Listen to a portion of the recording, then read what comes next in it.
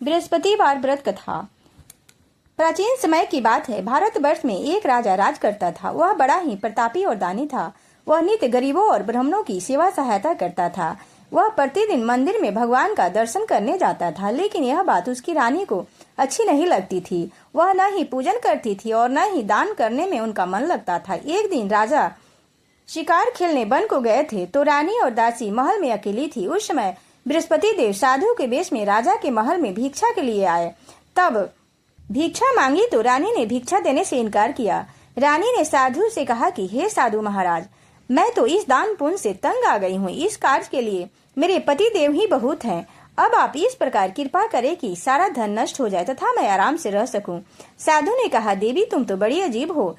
धन और संतान से कौन दुखी होता है? इसकी तो सभी कामना करते हैं। पापी भी पुत्र और धन की इच्छा करता है। अगर तुम्हारे पास अधिक धन है तो भूखे मनुष्यों को भोजन कराओ, प्याऊ लगवाओ, ब्राह्मणों को दान दो, कुआं, तालाब, बावड़ी, बाग बगीचे आदि का निर्माण कराओ, मंदिर, पाठशाला, धर्मशाला बनवा कर दान दो, निर्धनों की कुंवारी कन्याओं का विवाह कराओ, साथ ही यज्ञ आदि कर्म करो, अपने धन को शुभ कार्यों में खर्च करो। ऐसा करने से तुम्हारा नाम परलोक में सार्थक होगा एवं स्वर्ग की प्राप्ति होगी। लेकिन उस रानी को इस उपदेश का कोई प्रभाव न पड़ा। वह बोली, महाराज, मुझे ऐसे धन की आवश्यकता नहीं है जिसको मैं अन्य लोगों को दान दूं, जिसको रखने में संभालने में ही मेरा सारा समय नष्ट हो जाए। अब आप ऐसी कृपा करें कि सारा धन नष्ट हो जाए तथा मैं आराम से रह सकूं। साधु ने उत्तर दिया, यदि तुम्हारी ऐसी इच्छा हो तो जैसा मैं तुम्हें बताता हूँ वैसा ही करना। बृहस्पतिवार को घर को गोबर से लिपना, अपने केसों को पीली मिट्टी से धोना, राजा से कहना वो बृहस्पतिवार को हजामत बनवाए, भोजन में मांस मदिरा खाना, कपड़ा धोबी के यहाँ धुलने डालना। ऐसा करने से 7 बृहस्पतिवार में ही आपका समस्त धन नष्ट हो जाएगा। इतना कहकर वह साधु महाराज वहाँ से अंतर्ध्यान हो गए। इसके बाद रानी ने वही किया जो साधु ने बताया। 3 बृहस्पतिवार ही बीते थे कि उनका समस्त धन संपत्ति नष्ट हो गया और भोजन के लिए राजा रानी तरसने लगे। तब एक दिन राजा ने रानी से कहा कि तुम यहाँ पर रहो, मैं दूसरे देश को जाकरी करने जाऊं, क्योंकि मुझे यहाँ पर सभी मनुष्य जानते हैं, इसलिए कोई कार्य नहीं कर सकता। देश चोरी प्रदेश भीख बराबर है। ऐसा कहकर राजा प्रदेश चला गया। वहाँ जंगल को जाता और लकड़ी काट कर लाता, शहर में बेचता। इस तरह जीवन व्यतीत करने लगा। इधर राजा के बिना रानी और दासी दुखी रहने लगी। किसी दिन भोजन मिलता, किसी दिन जल पीकर ही रह जाती। एक समय जब रानी और दासी को 7 दिन बिना भोजन के रहना पड़ा तो रानी ने अपनी दासी से कहा कि हे दासी, पास ही के नगर में मेरी बहन रहती है और बड़ी धनवान है। तू उसके पास जा और 5 सेर बेझर मांग कर ला, ताकि कुछ समय के लिए थोड़ा सा गुजर हो जाए। दासी की रानी की बहन के पास गई। उस दिन बृहस्पतिवार था। रानी की बहन उस समय बृहस्पतिवार की कथा सुन रही थी। दासी ने रानी की बहन को अपनी रानी का संदेश दिया, लेकिन रानी की बहन ने कोई उत्तर नहीं दिया। जब दासी को रानी की बहन से कोई उत्तर नहीं मिला तो वह बहुत दुखी हुई। उसे क्रोध भी आया। दासी ने वापस आकर रानी को सारी बात बता दी। सुनकर रानी को बड़ा दुख हुआ और वह दासी से कहने लगी, दासी, इसमें उनका कोई दोष नहीं है। जब बुरे दिन आते हैं तब कोई सहारा नहीं देता है। अच्छे बुरे के पता विपत्ति में ही लगता है। जो ईश्वर की इच्छा होगी वही होगा। यह सब हमारे भाग का दोष है। यह कहकर रानी ने अपने भाग को कोसने लगी। उधर रानी की बहन ने सोचा कि मेरी बहन की दासी आई थी, लेकिन मैं उसे नहीं बोली, इससे वह बहुत दुखी हुई होगी। कथा सुनकर और पूजन समाप्त कर वह अपनी बहन के घर गई और कहने लगे कि हे बहन, मैं बृहस्पतिवार का व्रत कर रही थी, तुम्हारी दासी गई थी, लेकिन जब तक कथा होती है तब तक न उठते हैं और न बोलते हैं, इसलिए मैं नहीं बोली। कहो दासी क्यों गई थी? रानी की बहन बोली, बहन, हमारे घर अनाज नहीं था। ऐसा कहते कहते रानी की आंखें भर आई। उस रानी ने अपने बहन को बताया कि 7 दिन तक भूखा रहने के बाद भी अपनी बहन को बता दी, इसलिए मैंने दासी को तुम्हारे पास 5 सेर बेझर लेने के लिए भेजा था। रानी की बहन बोली, देखो बहन, बृहस्पति देव सबकी मनोकामनाएं पूर्ण करते हैं। शायद तुम्हारे घर में अनाज रखा हो। पहले तो रानी को विश्वास नहीं हुआ, परंतु बहन के आग्रह करने पर उसने दासी को अंदर भेजा। घर के अंदर गई तो वहाँ उसे एक घड़ा बेझर से भरा मिल गया। उसने बड़ी हैरानी हुई। उसने बाहर आकर अपनी रानी को बताया। दासी कहने लगी, हे रानी, जब हमको भोजन नहीं मिलता तो हम व्रत ही करते हैं, इसलिए क्यों न इनसे व्रत की विधि और कथा पूछ ली जाए और हम भी व्रत किया करें। दासी के कहने पर रानी ने अपनी बहन से बृहस्पतिवार के व्रत के बारे में पूछा। उनकी बहन ने बृहस्पति व्रत के सारे नियम बताए। बृहस्पतिवार के दिन चने की दाल, गुड़ और मुनक्का से विष्णु भगवान का केले के वृक्ष में जड़ में पूजन करें तथा दीपक जलाएं और कथा सुने।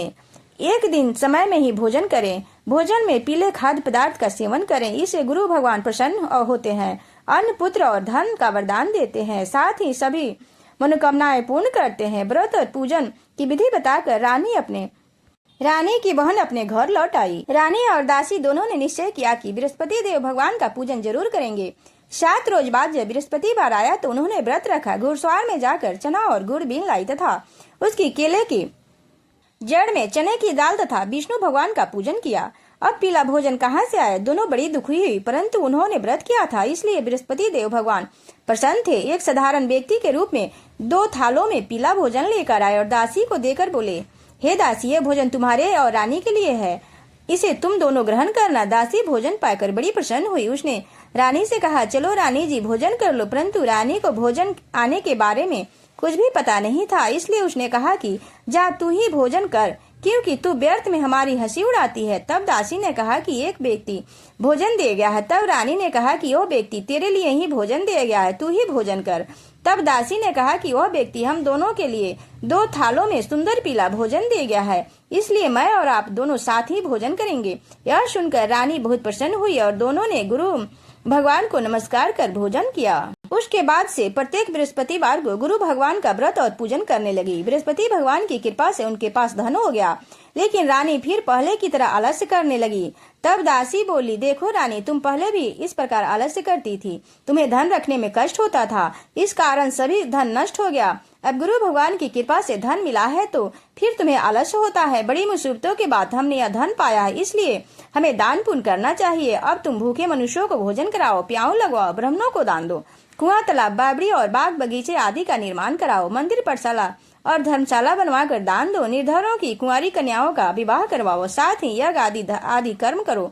अपने धर्म को शुभ कर्मों में खर्च करो, जिससे तुम्हारे कुल का यश बढ़े और स्वर्ग प्राप्त हो और पितर प्रसन्न हो। दासी की बात मानकर रानी ने शुभ काम करने लगे, उनका यश फैलने लगा। एक दिन रानी और दासी आपस में विचार करने लगी कि न जाने राजा किस दिशा में होंगे, उनकी कोई खबर नहीं है। उन्होंने श्रद्धापूर्वक बृहस्पति भगवान से प्रार्थना की कि राजा जहाँ भी हो शीघ्र वापस आ जाएं।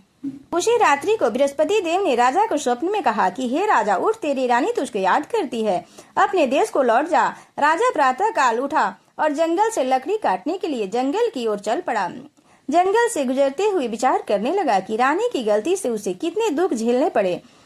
राजपाट छोड़कर जंगल में आकर रहना पड़ा, जंगल से लकड़ी काटकर शहर में बेचकर गुजारा करना पड़ा। इस दशा को याद करके व्याकुल होने लगे। उसी समय राजा के पास बृहस्पति देव साधु के भेष में आकर बोले, हे लकड़े, तुम इस सुनसान जंगल में किस चिंता में बैठे हो, मुझे बताओ। यह सुनकर राजा के नेत्र में जल बाहर आया। साधु की वंदना कर राजा ने अपनी संपूर्ण कथा सुना दी। महात्मा दयालु होते हैं। वे राजा से बोले, हे राजा, तुम्हारी पत्नी ने बृहस्पति देव के प्रति अपराध किया था, जिसके कारण तुम्हारी यह दशा हुई थी। अब तुम चिंता मत करो, तुम्हें भगवान पहले से अधिक धनवान देंगे। देखो, तुम्हारी पत्नी ने भी बृहस्पतिवार का व्रत शुरू कर दिया है। अब तुम भी बृहस्पतिवार के व्रत में चने की दाल, गुड़ और मुनक्का से विष्णु भगवान को केले के वृक्ष की जड़ की पूजन करो तथा दीपक जलाकर कथा सुनो। उस दिन एक समय ही भोजन करना, लेकिन भोजन में पीले खाद्य पदार्थ का सेवन करना जरूरी है। भगवान तुम्हारी सब मनोकामनाओं को पूर्ण करेगा। साधु की बात मानकर राजा बोला, हे प्रभु, लकड़ी बेचकर तो इतना पैसा नहीं मिलता जिससे भोजन के उपरांत कुछ बचा सकूं। मैंने रात्रि में अपनी रानी को व्याकुल देखा है, मेरे पास कोई साधन नहीं है जिसके उनका समाचार जान सकूं। फिर कौन सी कहानी कहूँ, यह भी मुझको मालूम नहीं है। साधु ने कहा, हे राजन, मन में बृहस्पति भगवान का पूजन व्रत का निश्चय करो, वे स्वयं तुम्हारे लिए कोई राह बना देंगे। बृहस्पतिवार के दिन तुम रोजना की तरह लकड़ियां लेकर शहर में जाना, तुम्हें रोज से दुगना धन मिलेगा, जिससे तुम भली भांति भोजन कर लोगे तथा बृहस्पति देव की पूजा का सामान भी आ जाएगा। राजा ने ऐसा ही किया और उनकी मनवांछित फल की प्राप्ति हो गई। इस प्रकार जो भी यह कथा पढ़ता है, सुनता है, उसकी सभी मनोरथ पूर्ण होते हैं। धीरे धीरे समय व्यतीत होने पर फिर वही बृहस्पतिवार का दिन आया। लकड़ा जंगल से लकड़ी काटकर किसी शहर में बेचने गया। उसे उस दिन से अधिक पैसा मिला। राजा ने चना गुड़ आदि लाकर गुरुवार का व्रत किया। उस दिन उसके सभी क्लेश दूर हुए। परंतु जब दोबारा गुरुवार का दिन आया तो बृहस्पतिवार का व्रत करना भूल गया। इस कारण बृहस्पति भगवान नाराज हो गए।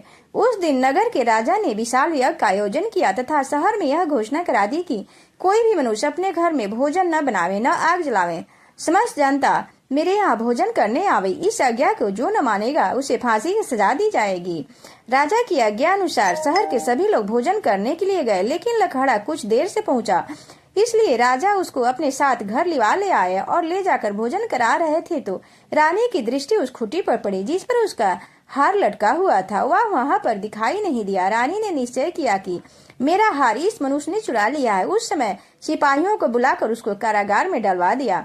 जब लकहड़ा कारागार में पड़ गया और बहुत दुखी होकर विचार करने लगा कि न जाने कौन से पूर्व जन्म के कर्म से मुझे यह दुख प्राप्त हुआ है, और उसी साधु को याद करके रोने लगा जो कि जंगल में मिला था। उस समय तत्काल बृहस्पति देव साधु के रूप में प्रकट हुए और उसकी दशा को देखकर कहने लगे, अरे मूर्ख, तूने बृहस्पति देव की कथा नहीं करी, इस कारण तुझे दुख प्राप्त हुआ है। अब चिंता मत कर, बृहस्पति के दिन कारागार के दरवाजे पर 4 पैसे पड़े मिलेंगे, उससे तू बृहस्पति देव की पूजा करना, तेरे सभी कष्ट दूर हो जाएंगे। बृहस्पति के दिन उसे 4 पैसे पड़े मिले। लकहड़े ने कथा कही। उसी रात्रि को बृहस्पति देव ने उस नगर के राजा को स्वप्न में कहा, हे राजा, तूने जिस आदमी को कारागार में बंद किया है वह निर्दोष है, वह राजा है, उसे छोड़ देना। फिर रानी का हार उसी खूंटी पर लटका है। अगर तू ऐसा नहीं करेगा तो मैं तेरे राज को नष्ट कर दूंगा। इस तरह रात्रि के स्वप्न को देखकर राजा प्रातः काल उठा और खूंटी पर हार देकर लकहड़े को बुलाकर क्षमा मांगी तथा लकहड़े को योग सुंदर वस्त्र आभूषण देकर विदा किया। बृहस्पति देव की आज्ञा अनुसार लकहड़ा अपने नगर को चल दिया। राजा जब अपने नगर के निकट पहुंचा तो उसे बड़ा आश्चर्य हुआ। नगर में पहले से अधिक बाग, तालाब, कुएं तथा बहुत सी धर्मशाला, मंदिर आदि बन गई है। राजा ने पूछा, यह किसका बाग और धर्मशाला है? तब नगर के सब लोग कहने लगे, यह सब रानी और बांदी के हैं। जो राजा को आश्चर्य हुआ और गुस्सा भी आया। जब रानी ने यह खबर सुनी कि राजा आ रहे हैं तो उन्होंने बांदी से कहा कि हे दासी, देख, राजा हमको कितनी बुरी हालत में छोड़ गए थे। हमारी ऐसी हालत देखकर वह लौट न जाए, इसलिए तू दरवाजे पर खड़ी हो जा। आज्ञा अनुसार दासी दरवाजे पर खड़ी हो गई। राजा आए तो उन्हें साथ अपने घर लिवा लाए। तब राजा ने क्रोध करके अपनी रानी के साथ शक्ति से पूछा कि यह धन तुम्हें कैसे प्राप्त हुआ है? तब उन्होंने कहा, हमें यह सब धन बृहस्पति देव के इस व्रत के प्रभाव से प्राप्त हुआ है। राजा ने निश्चय किया कि 7 रोज बाद तो सभी बृहस्पति देव का पूजन करते हैं, परंतु मैं प्रतिदिन दिन में 3 बार कहानी तथा रोज व्रत किया करूंगा। अब हर समय राजा के दुपट्टे में चने की दाल बधी रहती थी तथा दिन में 3 बार कहानी कहता। एक रोज राजा ने विचार किया कि चलो अपनी बहन के यहाँ हो आवे। इस तरह निश्चय कर राजा घोड़े पर सवार हो अपनी बहन के यहाँ को चलने लगा। मार्ग में उसने देखा कि कुछ आदमी एक मुर्दे को लिए जा रहे हैं। उन्हें रोककर राजा ने कहा कि हे भाइयों, मेरे बृहस्पति देव की कथा सुन लो। वे बोलो, लो हमारा आदमी मर गया है, इसको अपनी कथा की पड़ी है। परंतु कुछ आदमी बोले, अच्छा कहो, हम तुम्हारी कथा भी सुनेंगे। राजा ने दाल निकाली और अब कथा आदि हुई कि मुर्दा हिलने लगा, और जब कथा समाप्त हुई तो वह मुर्दा राम राम करके खड़ा हो गया। आगे मार्ग में उसे एक किसान खेत में हल चलाता मिला। राजा ने उससे देखा और उससे बोला, अरे भैया, मेरे बृहस्पतिवार की कथा सुन लो। किसान बोला, जब तक मैं तेरी कथा सुनूंगा तब तक 4 हराया जोत लूंगा। जा अपनी कथा किसी और को सुनाना। इस तरह राजा आगे चलने लगा। राजा के हटते ही बैल पछाड़ खाकर गिर गए तथा किसान के पेट में बड़ी जोर से दर्द होने लगा। उस समय उसकी माँ रोटी लेकर आई। उसने जब यह देखा तो अपने पुत्र से सब हाल पूछा और बेटे ने सभी हाल कह दिया। तो बुढ़िया दौड़ी दौड़ी उस घुड़सवार के पास गई और उससे बोली कि मैं तेरी कथा सुनूंगी, तू अपनी कथा मेरे खेत पर चलकर ही कहना। राजा ने बुढ़िया के खेत पर जाकर कथा कही, जिसके सुनते ही वह बैल खड़े हुए तथा किसान के पेट का दर्द बंद हो गया। राजा ने अपनी बहन के घर पहुंचा। बहन ने भाई की खूब मेहमानी की। दूसरे रोज प्रातःकाल राजा जगा तो वह देखने लगा कि सब लोग भोजन कर रहे हैं। राजा ने अपनी बहन से कहा कि ऐसा कोई मनुष्य है जिसने भोजन नहीं किया है, मेरी बृहस्पतिवार की कथा सुन ले। बहन बोली, हे भैया, यह देश ऐसा ही है, पहले यहाँ लोग भोजन करते हैं, बाद में अन्य काम करते हैं। अगर पड़ोस में कोई हो तो देख आऊं। वह ऐसा कहकर देखने चली गई, परंतु उसे कोई व्यक्ति ऐसा नहीं मिला जिसने भोजन नहीं किया हुआ था। वह एक कुम्हार के घर गई जिसका लड़का बीमार था। उसे मालूम हुआ कि उसके यहाँ 3 रोज से किसी ने भोजन नहीं किया है। तब रानी ने अपने भाई की कथा सुनने के लिए कुम्हार से कहा। वह तैयार हो गया। राजा ने जाकर बृहस्पतिवार की कथा कही, जिसको सुनकर उसका लड़का ठीक हो गया। अब तो राजा की प्रशंसा होने लगी। एक रोज राजा ने अपनी बहन से कहा कि हे बहन, हम अपने घर को जाएंगे, तुम भी तैयार हो जाओ। राजा की बहन ने अपनी सास से कहा। सास ने कहा, हाँ चली जा, परंतु अपने लड़कों को मत ले जाना, क्योंकि तेरे भाई की कोई औलाद नहीं है। बहन ने अपने भैया से कहा, हे भैया, मैं तो चलूंगी, पर कोई बालक नहीं जाएगा। राजा बोला, जब कोई बालक नहीं चलेगा, तुम ही क्या करोगी। बड़े दुखी मन से राजा अपने नगर को लौट आया। राजा ने अपने रानी से कहा, हम निर्वंशी राजा है, हमारा मुंह देखने का धर्म नहीं है और कुछ भोजन आदि नहीं किया। रानी बोली, हे प्रभु, बृहस्पति देव ने हमें सब कुछ दिया है, वह हमें औलाद अवश्य देंगे। उस रात को बृहस्पति देव ने राजा से स्वप्न में कहा, हे राजा, उठ, सभी सोच त्याग दे, तेरी रानी गर्भ से है। राजा की यह बात सुनकर बड़ी खुशी हुई। 9वें महीने में उसके गर्भ से एक सुंदर पुत्र पैदा हुआ। तब राजा बोला, हे रानी, स्त्री बिना भोजन के रह सकती है, बिना कहे नहीं रह सकती। जब मेरी बहन आवे तब तुम मुझसे कुछ मत कहना। रानी ने सुनकर हाँ कर दिया। जब राजा की बहन ने यह शुभ समाचार सुना तो वह बहुत खुशी हुई तथा बधाई लेकर अपने भाई के यहाँ आई। तब रानी ने कहा, घोड़ा चढ़कर नहीं आई, गधा चढ़ी आई। राजा की बहन बोली, भाभी, मैं इस प्रकार न कहती तो तुम्हें औलाद कैसे मिलती। बृहस्पति देव ऐसे हैं जैसे जिसके मन में कामनाएं होती हैं सभी को पूर्ण करते हैं। जो सद्भावना पूर्वक बृहस्पतिवार का व्रत करता है एवं कथा पढ़ता है अथवा सुनता है, दूसरों को सुनाता है, बृहस्पति देव उसकी सभी मनोकामनाएं पूर्ण करते हैं। भगवान बृहस्पति देव उसकी सदैव रक्षा करते हैं। संसार में जो मनुष्य सद्भावना से भगवान जी का पूजन व्रत सच्चे हृदय से करते हैं तो उनकी सभी मनोकामनाएं पूर्ण होती हैं। जैसे सच्ची भावना से रानी और राजा ने उनकी कथा का गुणगान किया तो उनकी सभी इच्छाएं बृहस्पति देव जी ने पूर्ण की थी। इसलिए पूर्ण कथा सुनने के बाद प्रसाद लेकर जाना चाहिए। हृदय से मनन करते हुए जयकार बोलना चाहिए। सब बोलो विष्णु भगवान की जय, बृहस्पति देव की जय। और कथा के बाद आरती जरूर करनी चाहिए, सुननी चाहिए। श्री बृहस्पति देव की आरती। ओम जय बृहस्पति देवा, ओम जय बृहस्पति देवा, छीने छीने भोग लगाऊं कदली फल मेवा। ओम जय बृहस्पति देवा, तुम पूरन परमात्मा, तुम अंतर्यामी, जगत पिता जगदीश्वर, तुम सबके स्वामी। ओम जय बृहस्पति देवा, चरणामृत निज निर्मल, सब पातक हरता, सकल मनोरथ दायक, कृपा करो भरता। ओम जय बृहस्पति देवा, ओम जय बृहस्पति देवा, तन मन धन अर्पण कर, जो जन शरण पड़े, प्रभु पर कटे तब आकर द्वार खड़े।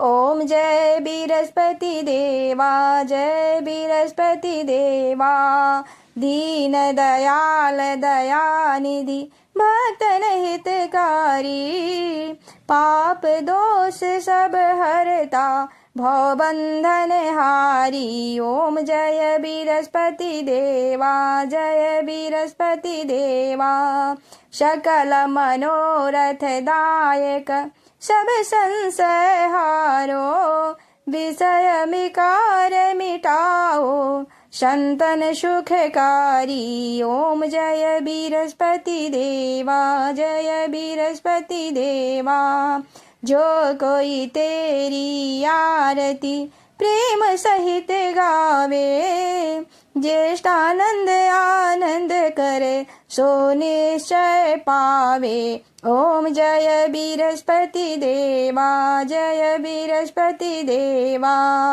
सब बोलो विष्णु भगवान की जय, बृहस्पति भगवान की जय, गणेश जी महाराज की जय, उमापति महादेव की जय।